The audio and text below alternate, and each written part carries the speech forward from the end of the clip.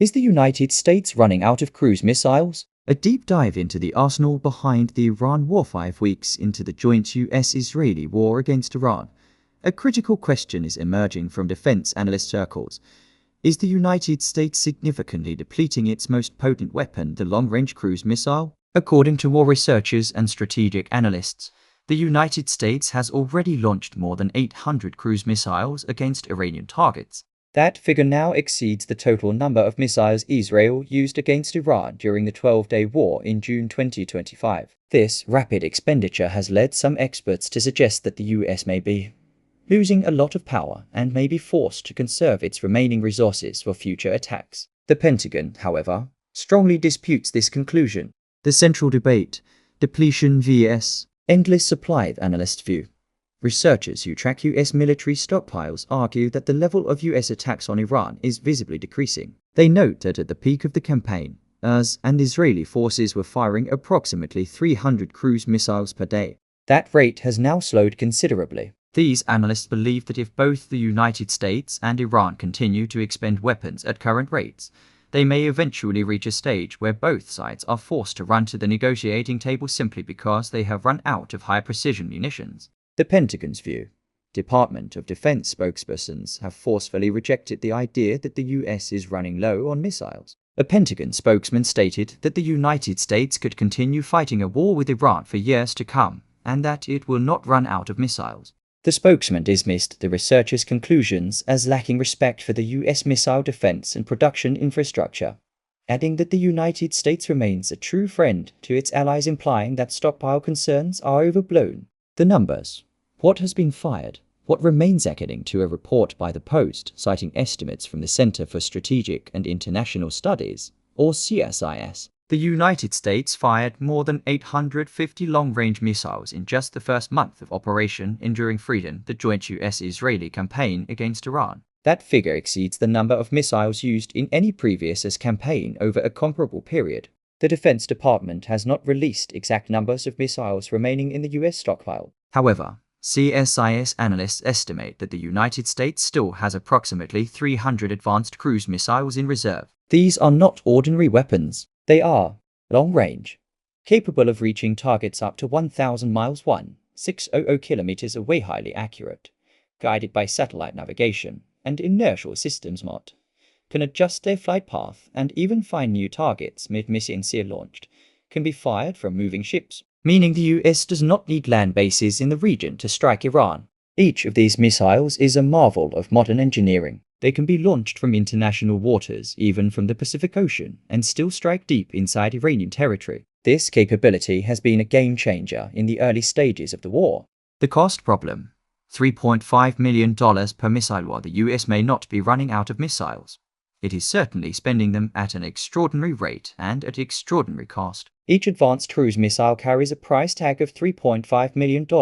That makes it one of the most expensive conventional weapons in the US arsenal. For comparison, a JDAM Joint Direct Attack Munition, a guidance kit that turns a dumb bomb into a smart bomb, costs only about $80,000. However, JDAMs are short-range weapons that must be dropped from aircraft flying near the target. In a war against Iran, where air defenses have been degraded but not eliminated, flying close enough to drop JDAMs remains risky. The cruise missile, by contrast, can be launched from complete safety, 1,000 miles away. The trade-off is brutal. For the price of a single cruise missile, the US could buy 43 JDAMs, but a JDAM cannot reach a target deep inside Iran unless the launching aircraft is willing to risk Iranian air defenses. As one analyst put it, you're paying for the range and the survivability. And right now, that's what the mission demands.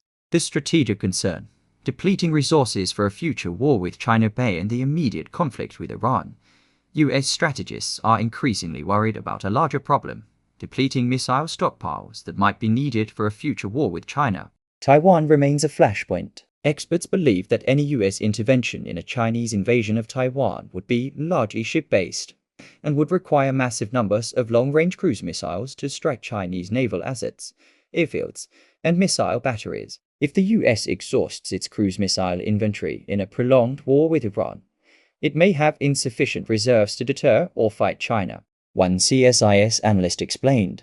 The war in Iran is consuming missiles at a rate that exceeds production. We are drawing down our strategic reserve. If China moves on Taiwan while we are still engaged in Iran, we could face a situation where we simply don't have enough long-range precision munitions to fight two major conflicts at once. Production ramping up. Can industry keep pace? Recognizing this risk, the U.S. Department of Defense has been negotiating with defense manufacturers for years to increase production rates. Under the leadership of Secretary of Defense Lloyd Austin, referred to as HACID in the source, the Pentagon has recently visited factories and urged workers to boost production from 850 missiles per year to 1,000 per year. However, even at 1,000 missiles per year, it would take nearly a full year of production to replace the 850 missiles fired in just the first month of the Iran war. This mismatch between consumption and production is the root of the strategist's concern. The workaround: cheaper, shorter-range alternatives. Pentagon is not blind to this problem. U.S. military planners are preparing to meet the need for missile strikes by using cheaper, shorter-range alternatives where possible. For example, if Iranian air defenses are fully destroyed, the U.S. could switch from $3.5 million cruise missiles to $80,000 JDAMs dropped from aircraft flying safely over Iranian territory. However, that day has not yet arrived. An official who spoke on condition of anonymity told Smandi TV that while the number of cruise missiles in the Middle East theater has fallen, the overall U.S. stockpile remains substantial, and the Pentagon is confident it can meet operational needs. Official statements. Confidence from the top Pentagon spokesman Paul Sanpan stated that everything is under control and that as missions are being carried out at the tempo the president chooses. He emphasized that the United States remains the most powerful military in the world.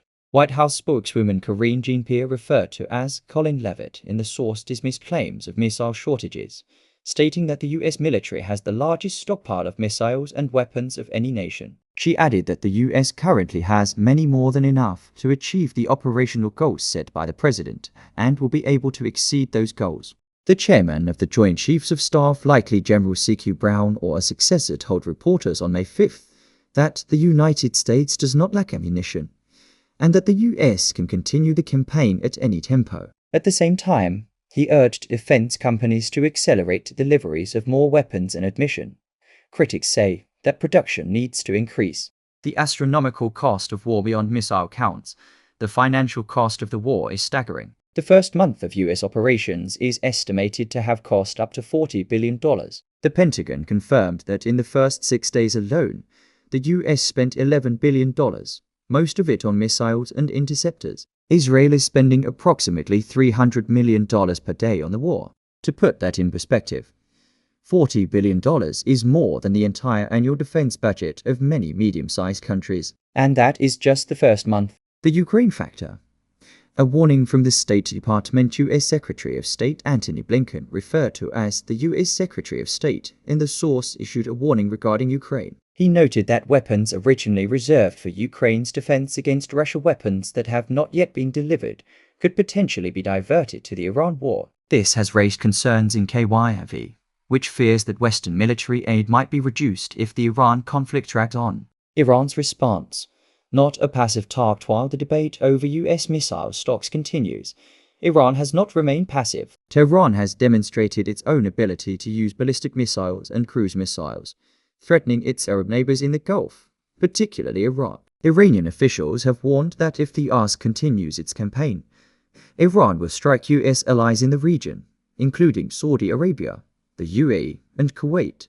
Iran has also shown that it can fire missiles from mobile launchers hidden in mountains, making them difficult to find and destroy. Even if the IS has 300 cruise missiles left, destroying every Iranian mobile launcher would be like hunting needles in a haystack, each needle costing $3.5 million to strike.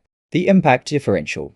Cruise missiles vs. Iranian drone zone factor that favors the United States is the sheer destructive power of its cruise missiles compared to Iranian drones. A U.S. cruise missile carries a 100-pound warhead. An Iranian drone typically carries only 50 to 100 pounds of explosives. That means a single U.S. cruise missile delivers 10 to 20 times the destructive power of an Iranian drone. This differential explains why the U.S. has been able to destroy hardened targets like underground missile depots and nuclear facilities, while Iranian drones have mostly caused superficial damage. However, Quantity has a quality of its own. Iran can produce drones relatively cheaply and in large numbers, while each US cruise missile is a precision instrument that takes months to manufacture. Conclusion: running low or running smart. So, is the United States running out of cruise missiles? The answer depends on who you ask. The analysts say yes. 850 missiles fired in 1 month. Only 300 remaining. Production at 1,000 per year. The math does not favor a long war. The Pentagon says no. The US has the largest stockpile in the world, can fight for years, and can always produce more. The strategists worry about China. Even if the US is not running out for Iran, it may be depleting the reserves needed to deter Beijing over Taiwan. What is undeniable is that the cost, both financial and strategic, is enormous. $40 billion in the first month. A production line that cannot keep pace with consumption, and a potential adversary in China watching carefully to see how much American power is left after Iran. As one retired general put it, "We are not running out of missiles today. But if this war lasts another 6 months, we might be running out of patience, money, and missiles in that order. For now, the bombs continue to fall, the factories continue to produce, and the debate continues to rage. But the clock is ticking, and the world is watching to see if the United States can sustain its most expensive air campaign since World War II.